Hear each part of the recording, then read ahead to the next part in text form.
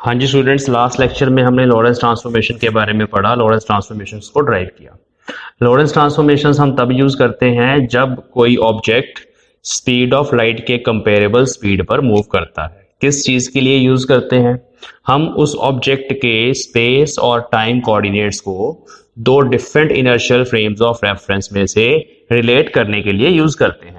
Lorentz transformation equations जो हैं वो आपको लर्न करनी पड़ेंगी, क्योंकि लॉरेंस ट्रांसफॉर्मेशन इक्वेशन बहुत सारी प्रॉब्लम में डायरेक्टली यूज होती हैं। ठीक है, तो अगर आप इन इक्वेशंस को लर्न करोगे तो ही आप न्यूमेरिकल प्रॉब्लम्स कर पाओगे।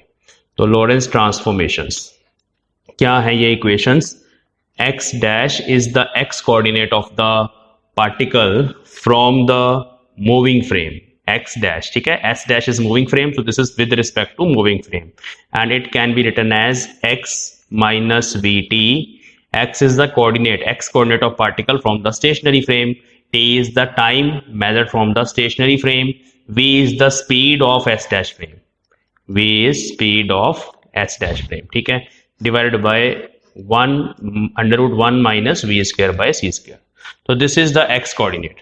ये उस सिचुएशन में है जब हमारा मोशन जो है एस डैश का, एस डैश फ्रेम जो था that was moving along x axis, है ना, तब एक्स कोऑर्डिनेट चेंज होता है, वाई कोऑर्डिनेट चेंज नहीं होता, जेड कोऑर्डिनेट भी चेंज नहीं होता। इस सिचुएशन में नहीं चेंज होगा अगर पार्टिकल या जो फ्रेम है वो सिर्फ एक्स एक्सिस की तरफ मूव कर रहा है।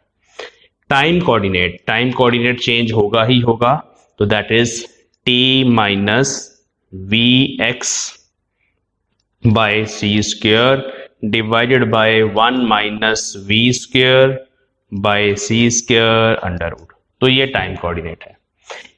प्राइम वाले जितने भी कोऑर्डिनेट्स हैं ये मूविंग फ्रेम के विद रिस्पेक्ट टू हैं, और अनप्राइम्ड वाले जितने भी कोऑर्डिनेट्स हैं they are from stationary frame. अब हम जो आज पढ़ने वाले हैं फर्स्ट टॉपिक वो है हमारा लेंथ कॉन्ट्रैक्शन। फर्स्ट टॉपिक हम करने वाले हैं लेंथ कॉन्ट्रैक्शन, और लेंथ कॉन्ट्रैक्शन का मतलब क्या है पहले ये समझेंगे। दूसरा टॉपिक जो हम कमिंग लेक्चर में पढ़ेंगे, सेकंड नेक्स्ट लेक्चर में पढ़ेंगे, दैट विल बी साइमल्टेनिटी। पहले मैं थोड़ा इन सब के बारे में बताऊंगा, ठीक है। साइमल्टेनिटी इन रिलेटिविटी, STR में साइमल्टेनिटी का क्या मीनिंग है। और थर्ड टॉपिक जो बहुत इंटरेस्टिंग टॉपिक है दैट इज टाइम डायलेशन। ये सारे टॉपिक्स जो है ना they are very much interesting, और एग्जाम पॉइंट ऑफ व्यू से length contraction, time dilation, simultaneity, ये सब डेरिवेशंस छोटी छोटी हैं और सब एग्जाम में इक्वली इंपॉर्टेंट है, तो पेपर में आ ही जाती हैं। चलो सबसे पहले हम बात करते हैं कि लेंथ कॉन्ट्रैक्शन का क्या मतलब है। देखिए क्या होगा, ये हमारे पास एक रोड है, इस रोड की लेंथ है L0। L0 जो होती है बच्चे इसको बोला जाता है प्रॉपर लेंथ जब ये स्टेशनरी है। प्रॉपर लेंथ तब, जैसे मान लो आप इसकी लेंथ मेजर कर रहे हो, ये रोड अगर आपके विद रिस्पेक्ट टू, ऑब्जर्वर के विद रिस्पेक्ट टू स्टेशनरी है तो वो बंदा इसकी, ऑब्जर्वर इसकी प्रॉपर लेंथ बताएगा, ठीक है। तो ये क्या होती है, with respect to an observer जो उसने मेजर करी है, ठीक है, an observer, this is with respect to an observer who is at rest with respect to road। ये बड़ा इंपॉर्टेंट है ये सब चीजें, मतलब वो ऑब्जर्वर जो रोड के विद रिस्पेक्ट टू रेस्ट पे है, ये हो सकता है दोनों मूव कर रहे हैं, ये रोड भी मूव कर रही है और ऑब्जर्वर भी मूव कर रहा है, दोनों सेम स्पीड पे मूव कर रहे हैं, दोनों सेम डायरेक्शन में मूव कर रहे हैं, तो उस केस में ये रोड उस बंदे के विद रिस्पेक्ट टू स्टेशनरी मानी जाएगी। दोनों रेस्ट पे हैं, आप एक रोड अपने सामने देख रहे हो, ठीक है, आप भी रेस्ट पे हो, रोड भी रेस्ट पे है, तो उस टाइम जो आप लेंथ मेजर करोगे that is called proper length. अब जब ये रोड मूव करना शुरू कर दे, मान लो हमने इस रोड के साथ एक फ्रेम अटैच कर दिया, इनर्शियल फ्रेम अटैच कर दिया इस रोड के साथ, एंड लेट अस सपोज ये रोड मूव करना शुरू हो गई with some velocity v, and v is comparable to c। ये सब कॉन्सेप्ट्स हैं, इकट्ठे लगने हैं। अगर ये रोड इस डायरेक्शन में with v comparable to c से मूव कर रही है और आप रेस्ट पे ही हो, ये आप हो, आप इस रोड को देख रहे हो, but you are at rest, तब आप जो इसकी लेंथ मेजर करोगे that will be given by L, उसको हम L से डिनोट करेंगे, और उसका फॉर्मूला मैं पहले आपको बता दूं, हम ड्राइव करने वाले हैं, that will be L0 1 minus v square by c square under root.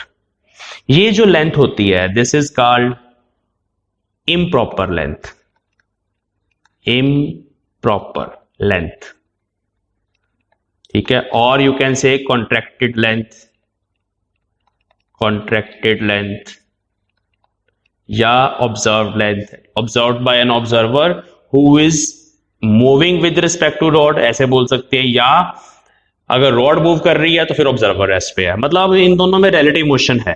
पहले अगर इन दोनों में रिलेटिव मोशन नहीं होगा then you will measure proper length, but जब रॉड और ऑब्जर्वर में एक रिलेटिव मोशन होगा, ऐसे इमेजिन करिए आप ट्रेन को देख रहे हो, ट्रेन आ रही है, आप प्लेटफॉर्म पे खड़े हो, ट्रेन अब बहुत हाई स्पीड पे मूव कर रही है, it is moving at a speed which is comparable to speed of light. In that case the length of the train will be decreased. आप जो मेजर करोगे आपको ट्रेन छोटी नजर आएगी, ठीक है। अब जो आपको नजर आ रहा है, अब क्वेश्चन आता है बच्चों के दिमाग में कि क्या सर ये एक्चुअल में ऐसा होता है या सिर्फ हमें लगता है। बच्चे जो हमें लगता है वही सच्चाई होती है। फिजिक्स में एक ऑब्जर्वर कोई एक्सपेरिमेंट कर रहा है, एक बंदा कोई एक्सपेरिमेंट कर रहा है, उस एक्सपेरिमेंट के रिजल्ट जो उसके लिए आए हैं वही उसी के लिए सच है। तो यही रिलेटिविटी का सारा कॉन्सेप्ट है। रिलेटिविटी में सेम लेंथ अगर इस बंदे को मैं रोड के ऊपर बिठा दूं उसके लिए एल नॉट होगी, चेंज नहीं आएगा उसमें कुछ भी। और अगर सेम बंदे को हम इस रोड के विद रिस्पेक्ट टू बाहर ले आए, रोड मूव कर रही है, तो वो लेंथ एल होगी and that will be given by L naught under root 1 minus v square by c square, ठीक है। तो this is called contracted length. Contracted क्यों? देखो ये वाला जो फैक्टर है, ये वाला फैक्टर हर जगह आ रहा है ना, बड़ा इंपॉर्टेंट फैक्टर है रिलेटिविटी का। This is always less than 1।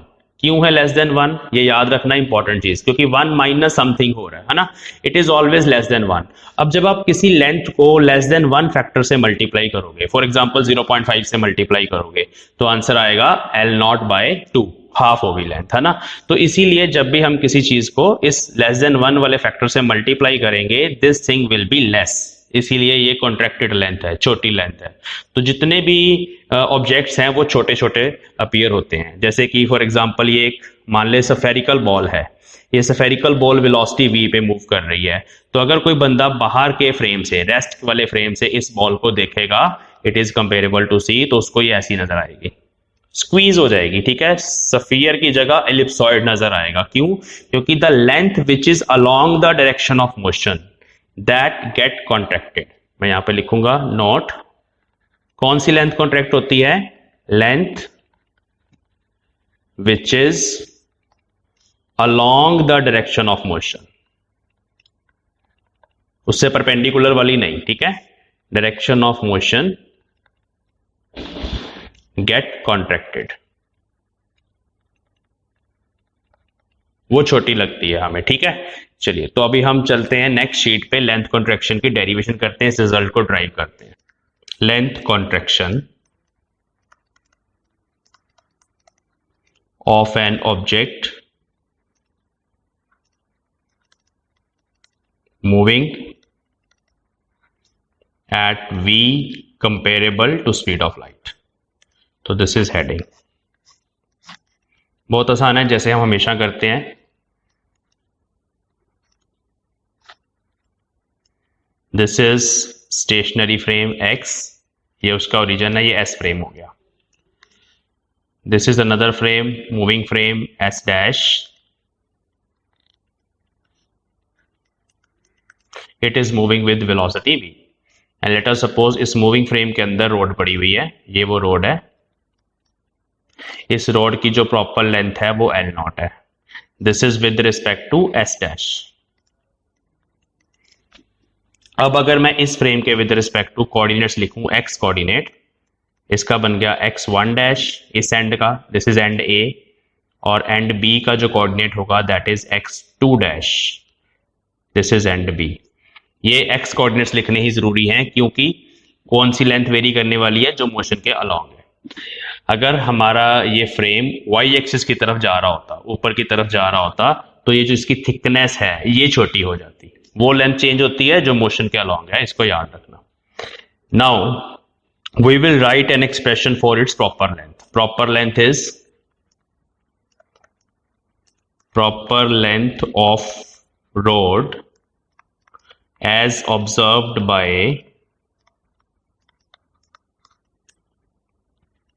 observer of frame in which rod is placed। ठीक है, वो एस डैश फ्रेम है। ठीक है, उसके विद रिस्पेक्ट टू प्रॉपर होगी, that will B L naught is equal to, देखो लेंथ कैसे मेजर करते हैं। लेंथ मेजर करने के लिए हम इस एंड में से इस एंड का एक्स कोऑर्डिनेट माइनस कर देंगे, सीधी सी बात है, x2 dash minus x1 dash.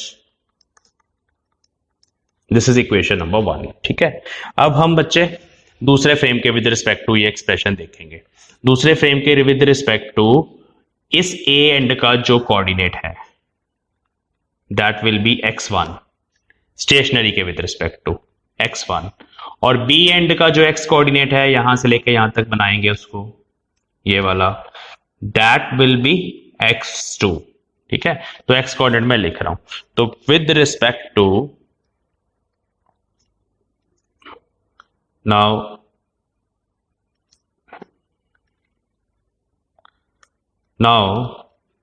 let us write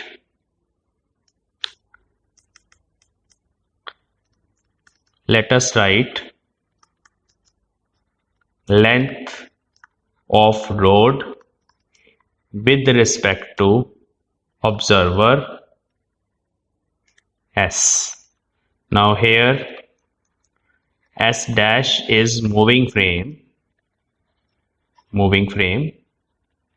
but S is stationary. Therefore, there is relative motion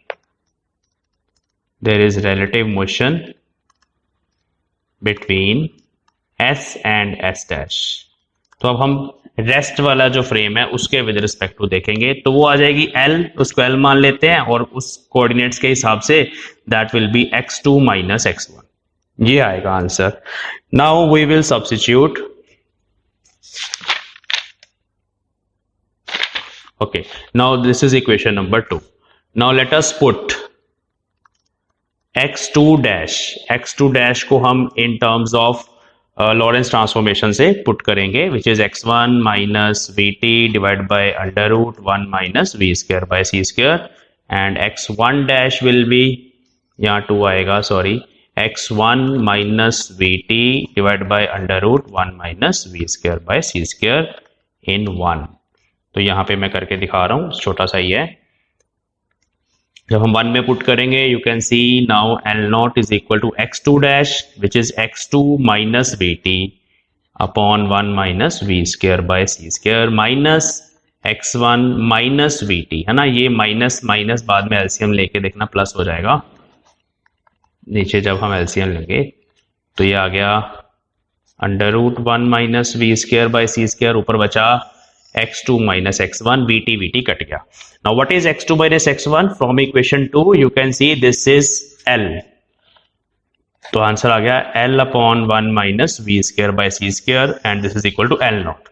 L naught is proper length, तो L यहां से आ जाएगा हमारे पास, नेक्स्ट शीट पे लिख लेते हैं, रिजल्ट आ गया, जस्ट माइनस कर दिया x कोऑर्डिनेट्स को, तो अब हमारे पास आ गया L is equal to L naught into 1 minus v square by c square।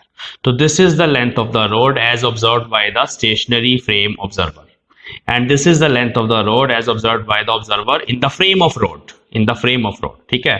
चलिए एक थोड़ा सा डिस्कशन करते हैं कि ऐसा हमें लगता क्यों है। ठीक है, स्मॉल डिस्कशन, कि आप समझ पाओ, थोड़ा सा इसको इमेजिन कर पाओ कि ऐसा क्यों होता है। आपको ये एग्जाम में लिखने की जरूरत नहीं है इस डिस्कशन को, बस आप थोड़ा सा मेरी बात सुने ध्यान से, देन यू विल रियलाइज कि इस कारण से ये जो लेंथ है हमें छोटी लगती है। ठीक है, ध्यान से सुनो, ये हमारे पास एक ऑब्जेक्ट है,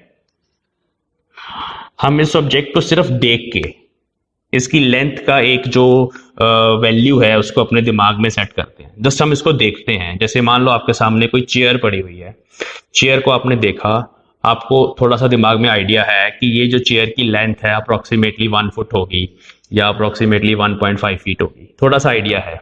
किसी भी ऑब्जेक्ट को देख के ही हम उसकी लेंथ की सेंस को फाइंड कर पाते हैं कि कितनी लेंथ है एक्चुअली। अब जब आप देखते हो इस ऑब्जेक्ट को, कैसे देखते हो आप? ए एंड पर और बी एंड पर साइमल्टेनियसली देख रहे हो, बट एक्चुअली आपके जो दिमाग में सिग्नल जा रहा है, इसकी लेंथ का जो आपको आभास हो रहा है, वो कैसे हो रहा है? आप इस एंड को देखते हो, फिर इस एंड को देखते हो, मतलब जो आई साइट है या पहले इस एंड पे जाएगी फिर दूसरे एंड पे जाएगी, तो आपके दिमाग में सिग्नल जाता है कि इतनी लेंथ है, फॉर एग्जाम्पल एल नॉट है, ठीक है। मतलब दोनों एंड्स को देख के हमें लेंथ का पता चलता है, दोनों एंड्स को। अब आप इमेजिन करो कि ये रोड ना स्पीड ऑफ लाइट के कंपेरेबल मूव कर रही है, मतलब बहुत फास्ट मूव कर रही है। तब आपकी आंखों में से जो आई साइट है अगर पहले बी एंड पे गई, मान लो यहाँ पे गई, आपने इसको देखा कि ये इस पोजीशन मान लो इस पॉइंट ओ पे है अभी ये वाली एंड, फिर जैसे ही आपने आई साइट को पीछे ऐसे किया दूसरे एंड ए तक लेके गए, यहां तक जितने टाइम में आपकी आई साइट गई, आई साइट में तो लाइट ही है बेसिकली, वो लाइट ही ट्रेवल कर रही है सी स्पीड से ही, वो रेज जो है यहां से यहां तक, ये ऑब्जर्वर की आई है, वहां से वहां तक सी स्पीड से जाएगी वो लाइट रे। तो जब आप इस एंड से इस एंड तक आए उतनी देर में आप देखो बहुत हाई स्पीड है, ये ए एंड यहां ना रह के आगे चला जाएगा, आप यहां कहीं आ जाएगा ए डैश, वो लेंथ थोड़ी आगे जा चुकी है। मतलब ये वाला जो एंड है एंड ए ऑफ रोड, ये आगे मूव कर चुका है। तो इसीलिए बी आपने जब देखा था, बी एंड जब आपने देखा था वो यहां पे था, पर जब तक आप ए एंड पर पहुंचे वो ए बहुत हाई स्पीड से आगे चला गया। एक्चुअल सिचुएशन में भी ऐसा होता है, जब वी सी से बहुत कम होता है तब भी ऐसा होता है, बट तब वो इफेक्ट इतना ऑब्जर्व नहीं कर पाते हम, क्योंकि स्पीड बहुत कम है, हमें जो उसका साइज है वो बहुत कम उसमें डिफरेंस होता है, वो हम ऑब्जर्व नहीं कर पाते।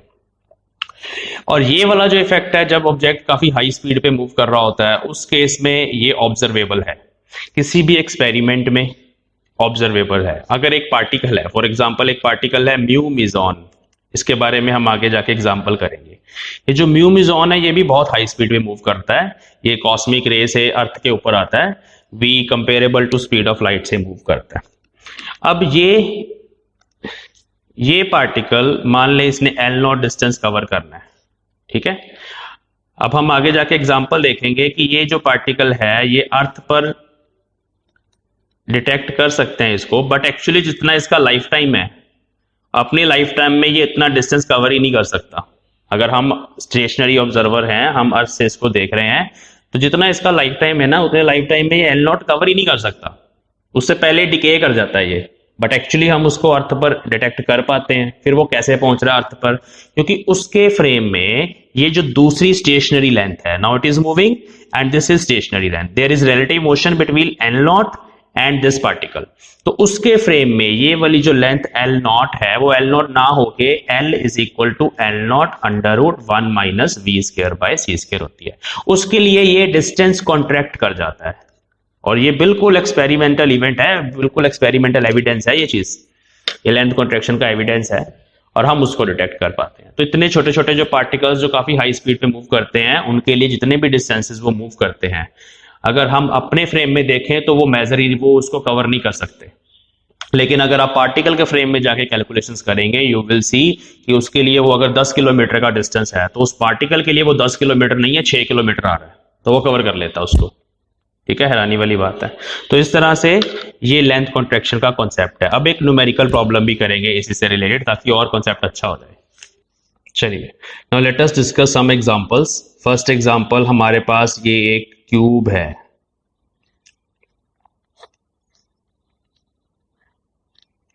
इस क्यूब की जो प्रॉपर लेंथ है L naught, proper breadth L naught, और हाइट भी एल नॉट। तो इसका प्रॉपर वॉल्यूम हम लिख सकते हैं अभी, proper volume will B L naught cube. This is the volume of this cube with respect to the observer in the frame of cube. अगर ये रेस्ट पे है तो अगर ऑब्जर्वर भी रेस्ट पे होना चाहिए, अगर ये मूव कर रहा है जितनी स्पीड से मूव कर रहा है ऑब्जर्वर भी मूव करता होना चाहिए, मतलब इसके अपने फ्रेम में जो वॉल्यूम होगा that will B L naught cube, ठीक है। Now the question is this cube is moved along y axis, ऊपर की डायरेक्शन में जा रहा है, with velocity comparable to speed of light.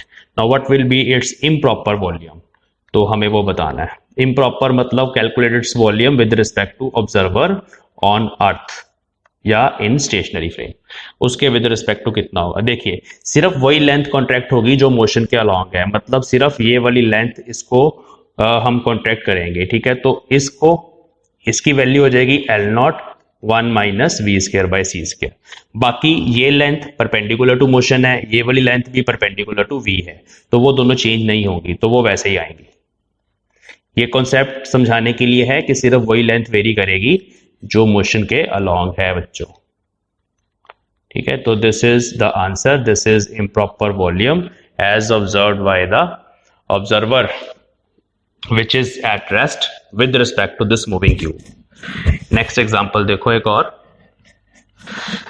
एक रोड है, उसकी लेंथ है 1 metre, it is moving in this direction with some velocity 0.6 c, 0.6 c से मूव कर रहा है। We need to find its length with respect to an observer on earth। number 1, number 2, find its length with respect to an observer moving with road के साथ move कर रहा है तो उसके विद रिस्पेक्ट टू प्रॉपर ही आएगी। इसका answer आपको पता ही है, इसका आंसर वही प्रॉपर लेंथ ही आएगी 1 मीटर, क्योंकि मैंने बता दिया उसके फ्रेम में कोई चेंज नहीं आएगा, दूसरे फ्रेम में चेंज आएगा। एंड द लास्ट,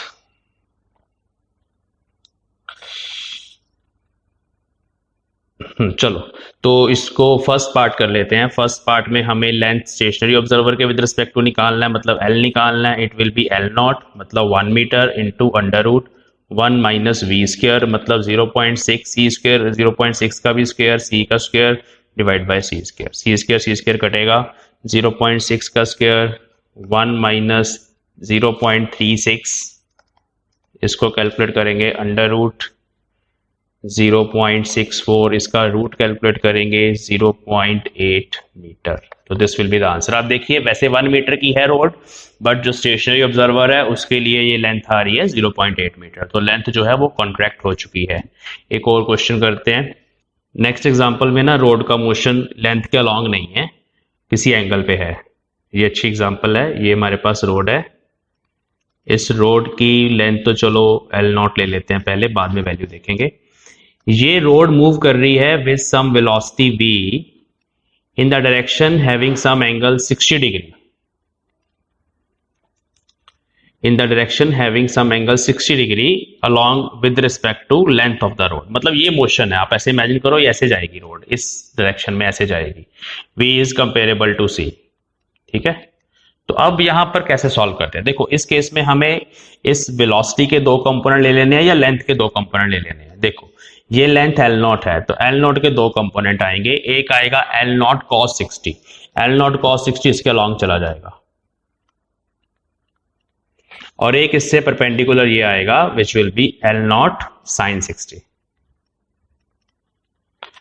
जब आपको स्पीड का लेंथ के साथ कोई एंगल दे रखा है, वेलोसिटी का लेंथ के साथ कोई एंगल दे रखा है, तो उस रोड की जो लेंथ में चेंज आएगा वो सिर्फ उस कंपोनेंट में आएगा जो मोशन के अलॉन्ग है ना, सिर्फ एल नॉट कॉस 60 चेंज होगा। तो in this case the length along v, that is L naught cos 60 will change, but length perpendicular to v मतलब L naught sin 60 remain same, वो सेम रहता है। ठीक है, तो इस केस में फिर हमारे पास जो अभी क्वेश्चन है वो ये है कि v की वैल्यू 0.6 c है फिर से, और लेंथ की वैल्यू l है, late us suppose l naught है। तो therefore l not proper length अब क्या आएगी, proper length will be, late us suppose l is the length of road cos 60। अभी ये प्रॉपर है, हम इसको ना L ले लेते हैं इस क्वेश्चन के हिसाब से। Late us suppose it's proper length is L, confuse नहीं होना। तो अगर प्रॉपर लेंथ L है तो L का cos कंपोनेंट मतलब L cos 60 is L by 2, मतलब इसमें चेंज आएगा। This is proper length. कितना चेंज आएगा उसको हम लिख लेते हैं L dash is equal to proper length into under root 1 minus v square by c square. L/2 लिखना है आपको, √1 माइनस वही 0.6 सी दोनों का square divide by c square, value वही दे रखी है। इसको सॉल्व कर लेंगे, L/2 ये वही फैक्टर 0.8 का आएगा, अभी कैलकुलेशंस करी थी ना, तो दिस इज 0.4L, ठीक है। तो L cos 60 0.4L आ गया हमारे पास चेंज। तो this is actually we can say this is parallel component of length जिसमें चेंज आया, और जो परपेंडिकुलर कंपोनेंट ऑफ लेंथ है मतलब L0 sin 60 वो सेम रहेगा, उसकी वैल्यू कितनी आएगी, फिर उसकी वैल्यू आएगी L sin 60 √3/2। तो दो कंपोनेंट्स आ गए अब हमारे पास, देयरफॉर जो फाइनल लेंथ आएगी उसको आपने अंडर रूट पैरेलल कंपोनेंट का स्क्वायर प्लस परपेंडिकुलर कंपोनेंट का स्क्वायर, जो चेंज हुआ है बच्चे उसको यहां पे पुट करना है, जो नहीं चेंज हुआ उसको भी पुट करना है, ठीक है। दोनों कंपोनेंट्स पुट करके फिर आंसर आएगा। तो 0.4 L का स्क्वायर प्लस 3/4 आ जाएगा यहां पे जब हम सॉल्व करेंगे L स्क्वायर, इसको सॉल्व करेंगे L बाहर आ गया, 0.4 का स्क्वायर इज 0.16 प्लस ये 0.75 है 3/4, इसको सॉल्व करेंगे L into under root 0.91, this will be L into 0.954, ठीक है। This is final answer. तो this is the length as observe by the stationary observer, length observed, ठीक है। तो इस क्वेश्चन को फिर से ध्यान से सुन लो, इस क्वेश्चन में क्या चेंज था, इसमें जो रोड की लेंथ है उस डायरेक्शन में मोशन नहीं है रोड का, जो मोशन है वो किसी एंगल 60 डिग्री पर है, रोड ऐसे जा रही है, तो हमने लेंथ के दो परपेंडिकुलर कंपोनेंट्स बना लेने हैं, रिजॉल्व कर लेना लेंथ को। एक कंपोनेंट हमने लेंथ का ले लेना along the direction of motion, सिर्फ उसमें चेंज आएगा, और दूसरा जो परपेंडिकुलर वाला है उसमें चेंज नहीं आएगा, ठीक है। तो उसको तो हमने एज इट इज लिख लिया, उसको perpendicular component as it is लिख लिया which is L0 sin 60, but जो अलोंग वाला कंपोनेंट है उसमें कॉन्ट्रैक्शन वाला फॉर्मूला लगाना है। L/2 ये लेंथ है अलोंग द मोशन, उसमें कॉन्ट्रैक्शन वाला फॉर्मूला लगाया 0.4L आ गया। फिर फाइनली जो टोटल लेंथ निकालनी है आपको, देखिए दो परपेंडिकुलर वेक्टर्स हैं उनका रिजल्टेंट निकालना है मैग्नीट्यूड, तो आप ये फॉर्मूला यूज करते हो a² plus b² under root, यहां पे पुट करके values, this is answer. It is moving at 0.5 c. The length of a moving rod as observed by a stationary observer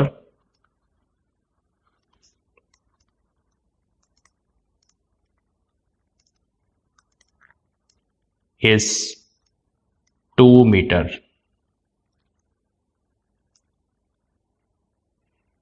Is 2 meter. Find its length in the frame of rod या proper length. ये मतलब मैंने with respect to stationary observer दे रखी है, आपने इसके frame में फाइंड करना है। Example 2,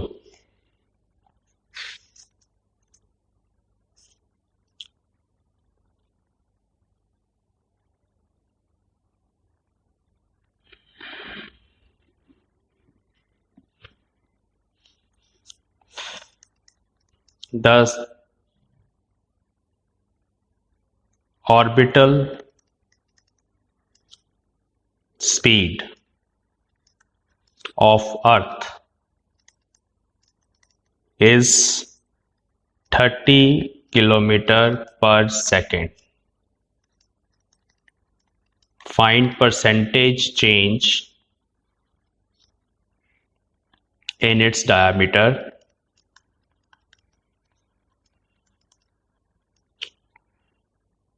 with respect to an observer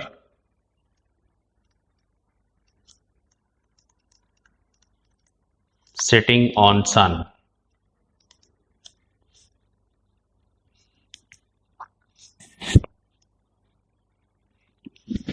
इसमें ना आपको परसेंटेज कॉन्ट्रैक्शन निकालनी है, तो परसेंटेज चेंज के लिए लास्ट में आप डायमीटर की टर्म्स में बात करेंगे तो ये फॉर्मूला लगा देना, original minus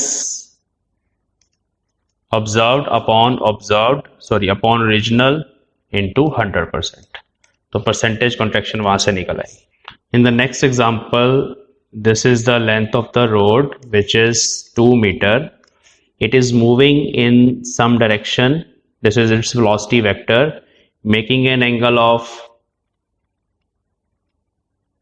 30 degree with horizontal. ठीक है, x एक्सिस के साथ 30 degree.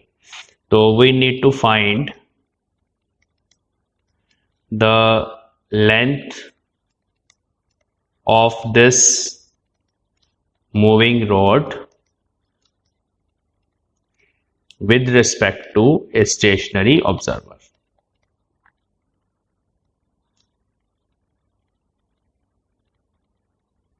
And the V is given as 0.5 C. ठीक है, V की वैल्यू 0.5 C लेनी है।